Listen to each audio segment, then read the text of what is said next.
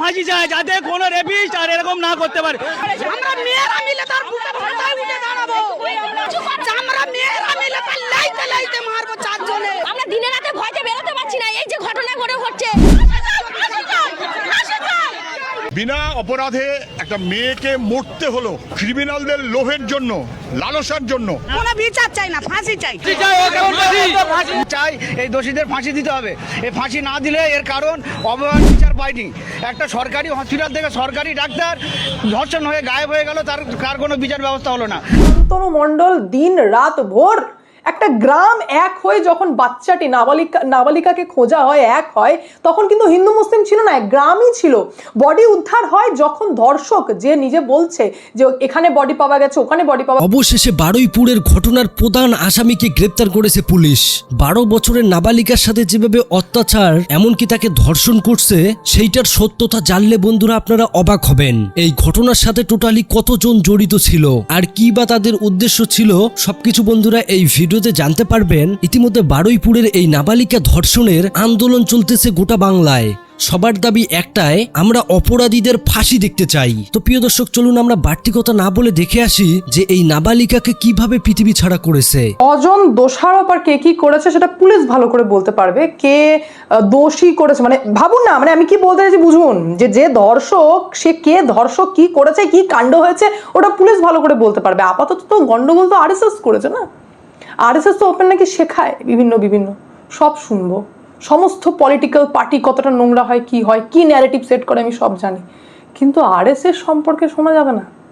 রাষ্ট্রীয় স্বয়ংসেবক সে নিজেই নিজেকে বলছে যে আমি সেবক, তাকে পে করতে হয় না, সে প্রণাম শুরু করে হাত এইভাবে উল্টে, দিন শুরু করে হাত উল্টে, মানে কি দেশের স্বার্থে সে সবটা দিতে রাজি, সে নিজের জীবন দিতে রাজি। দাও করে না, দিয়ে দেয়, দেশের স্বার্থে দেয়। সেই রাষ্ট্রীয় স্বয়ংসেবককে নিয়ে এত নোংরা কথা, পুরোপুরি এইরকম টাইপের ব্যক্তি যে সমাজে হিংসা ছড়াচ্ছে। সে কিন্তু জানে না ঘটনা কি ঘটেছে, কে করেছে, কার জাস্টিস দরকার, কে মারা গেল, কে হলো বললো আমি জানি না, পুলিশ জানে।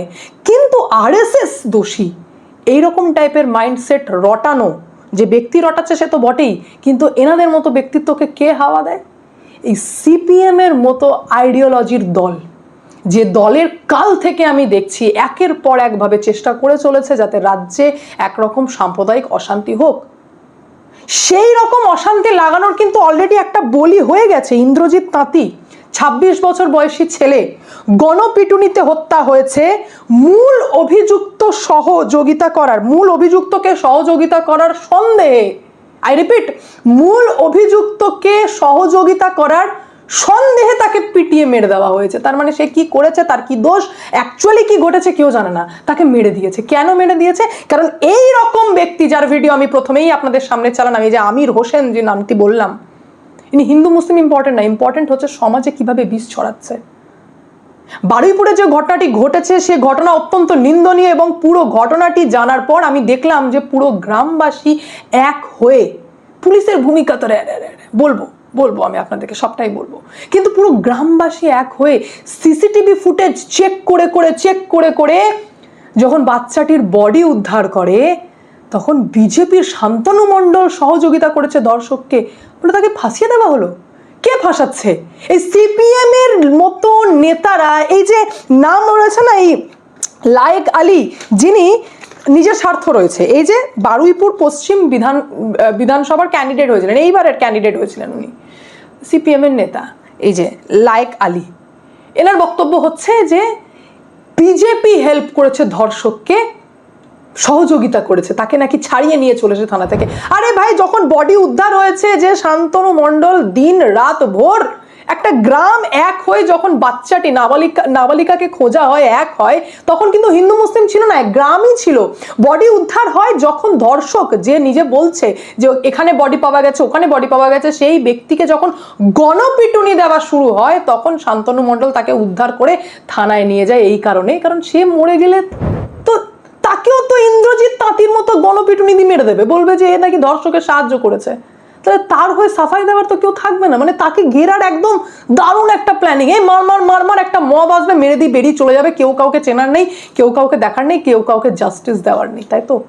শান্তনু মণ্ডল তো ওই ব্যক্তিকে বাঁচিয়ে ভালো কাজ করেছেন, কারণ সে নিজের জান বাঁচিয়েছে, সে নিজের প্রাণ বাঁচিয়েছে। যে এরা তো আমাকে মেরে দেওয়ার প্ল্যান করছিল, যে সারা দিন রাত ভোর এক করে খুঁজলাম, এরা তো আমাকে ফাঁসিয়ে দেওয়ার প্ল্যান করছিল। বুঝুন সিচুয়েশনটা, খুব নিন্দনীয় এবং নোংরা ঘটনা। সেমভাবে আমি আর একটা ঘটনা আপনাদের সামনে তুলে ধরি, কারণ এগুলো প্রত্যেকটা না আর নেওয়া যাচ্ছে না, জানেন তো।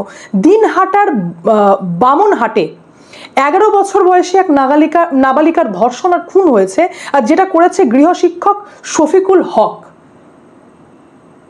এবার এই সিপিএম এর মতো ব্যক্তিরা কি করে জানেন তো, এই পেহেলগামের মতো অ্যাটাক হলে তখন বলে জঙ্গিদের নাকি জাত হয় না, আর আজ এই সিপিএম এর মতো ব্যক্তিরা এবং এখানকার নেতারা বলছে নাকি ধর্ষকের জাত হয়। ব্যাপারটা তো তাই।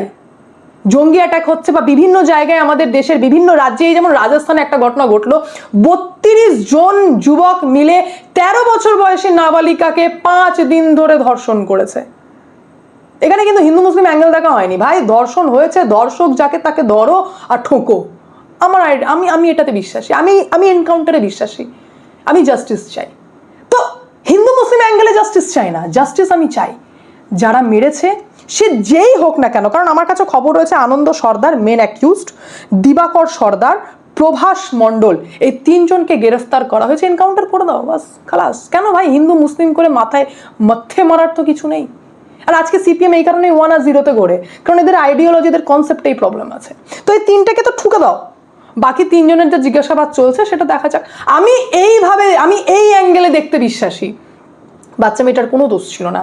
4 তারিখে বিকেলবেলায় বান্ধবীর সাথে গিফট কিনতে বেরিয়েছিল, তাকে নাকি অপহরণ করা হয়, 50,000 টাকা দাবি করা হয়েছিল মুক্তিপণ হিসেবে। বাচ্চাটার এত খারাপ লাগছে আমার ভাবতে, যে ধর্ষণ তো যা করা হয়েছে, একটি ভারী কিছু দিয়ে মাথায় আঘাত করা হয়, এবং অটোপসি রিপোর্টে এটা পর্যন্ত এসেছে যে লাংস আর স্টমাকে নাকি জল জমে মৃত্যু হয়েছে। তার মানে সেই বাচ্চাটিকে জ্যান্ত অবস্থায় বস্তায় বেঁধে পুকুরে ফেলে দেওয়া হয়েছিল। এর থেকে হিনিয়াস আর নোংরা ক্রাইম আর দুটো হতে পারে? আর আজ এই আন্দোলনটাকে হাইজ্যাক করে সিপিএম কি করতে চাইছে? আন্দোলনকে হাইজ্যাক করতে চাইছে, পলিটিসাইজ করছে। এটা তো হিনিয়াস ক্রাইম। এখানে তো ইমিডিয়েটলি প্রত্যেকের এক হয়ে যে ধর্ষক তাকে ঠুকে দাও। জাতপাত কিসের? জাতপাত কেন চলছে? সেম ভাবে আমি আপনাদেরকে আরেকটা ঘটনা জানাই, যে এটাকে নিয়ে অ্যাকশন কি নেওয়া হয়েছে। দেখুন, পুলিশের ভূমিকা যদি আজকে ভালো থাকতো, তাহলে সাধারণ লোকরা এক জায়গায় এসে ওই সিসিটিভি ফুটেজ নিজেরা দেখে একের পর এক তার মিলিয়ে তারাই শেষ পর্যন্ত এক জায়গায় গিয়ে বডি উদ্ধার করেছে। তাহলে তাদেরকে এত অ্যাক্টিভ হতে হতো না। বা রাত থেকে যখন থেকে বাচ্চা মেয়েটিকে খুঁজে পাওয়া যাচ্ছে না, 4 জুলাই যেদিন থেকে মানে মিসিং ডায়েরি করা হয়েছে, সেদিন থেকে যদি পুলিশ অ্যাক্টিভ হতো, যদি মমতা ব্যানার্জির তৈরি করা কনসেপ্ট 12 বছরের মেয়ে হয়তো পালিয়ে গেছে, হয়তো প্রেম করছে, এই কনসেপ্ট যদি পুলিশের মাথায় না ঢোকানো থাকতো, তাহলে হয়তো পুলিশ আরো বেশি অ্যাক্টিভ হতো। মেয়েটাকে হয়তো আমরা বাঁচাতেও পারতাম। কিন্তু পুলিশ ঢিলে ভাবতে থেকে গেছেন আগের সরকারের মতো, যে সরকার তো পরিবর্তন হওয়ার 2 মাস হয়েছে, হয়তো মেয়েটা পালিয়ে গেছে, হয়তো মেয়েটা প্রেম করছে। বুঝুন সিচুয়েশনটা। তারপর পুলিশ অ্যাক্টিভ হয়েছে। পুলিশ অ্যাক্টিভ যদি প্রথম থেকে হতো, তাহলে মব লিঞ্চিং হতো, গণপিটুনি হতো না। পুলিশ যদি অ্যাক্টিভ হতো, তাহলে মব এক জায়গায় তো আসতো না। তাদের বিক্ষুব্ধ জনতা, মানে ক্ষিপ্ত জনতা। কেন? কারণ মানুষ রেগে যাচ্ছে, কারণ কোনো অ্যাকশন হচ্ছে না এটা দেখে। তাহলে প্রাইমারি তো পুলিশকে কোয়েশ্চেন করতে হবে না, যে ভাই আপনাদের ভূমিকা কি? প্রথম থেকে যদি আপনি অ্যাক্টিভ থাকতেন, তাহলে না লোক এক জায়গায় হতো না। আমি এটাকে সাপোর্ট করি না। এই যে রেল লাইন 5 ঘন্টা ধরে বন্ধ করে দাও, একটা করে ট্র্যাক তোলো, বাইরে রেখে দাও, পুলিশের গাড়িতে আগুন লাগিয়ে দাও, পুলিশকে পাথর ছোড়ো। এই আইডিওলজি কোথায় থেকে আসছে যে পাথর ছোড়ো? কেন্দ্রীয় বাহিনীকে পর্যন্ত অ্যাটাক করা হয়েছে, সেই মবকে কন্ট্রোল করার জন্য পুলিশকে লাঠিচার্জ করতে হয়েছে। এবং সমস্ত কিছু দেখার পর সিপিএম হয়ে মুসলিম মেয়ে আর হিন্দু ধর্ষক, এটা কি অ্যাঙ্গেল দেখা হচ্ছে? আর তারপর কোনো কিছু হোক না হোক আরএসএস।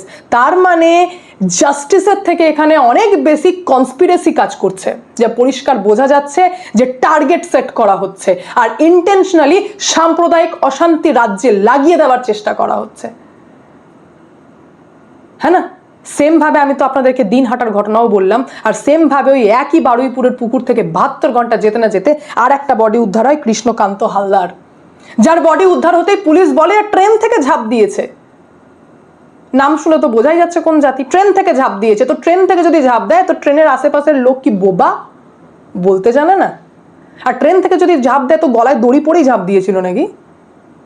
বডিতে নাকি দড়ি পাওয়া গেছে, তো গলায় দড়ি পরে ট্রেন থেকে ঝাঁপ দিয়ে দিয়েছিল। তাহলে পুলিশের ভূমিকা তো প্রথম থেকে সন্দেহজনক। কাকে বাঁচানোর চেষ্টা করছে, কোন অ্যাঙ্গেল থেকে খেলছে, কেন কি করছে, ভাই যেটা সত্যি মানুষকে জানিয়ে দাও, তাহলে তো এই সাম্প্রদায়িক অশান্তি হয় না। কারণ সিপিএম তো বসেই রয়েছে, সিপিএম এর লায়েক আলীর মতো নেতারা তো বসেই রয়েছে যে একটা ন্যারেটিভ তুলে আমরা শুরু করে দিই রাজ্যে, আজাদি আজাদি, এটাই তো করবে। ইনফ্যাক্ট এটাও জানা যাচ্ছে যে কৃষ্ণকান্ত হালদার, যার বডি পাওয়া গেছে পুকুর থেকে, তার বাড়ি নাকি সেই 3 ধর্ষকদের বাড়ির পেছনে। এটাও মারাত্মক ব্যাপার। এটারও আমি চাই ইনভেস্টিগেশন হোক, প্রপার ইনভেস্টিগেশন হোক। আপনারা যদি বারুইপুর মামলার ইনভেস্টিগেশনের কথা জানতে চান, আমি সেটাও আপনাদেরকে জানিয়ে দিচ্ছি। প্রথমে আমি ক্লিয়ার করে দিই যে 4-4টে এফআইআর হয়েছে পৃথক পৃথক।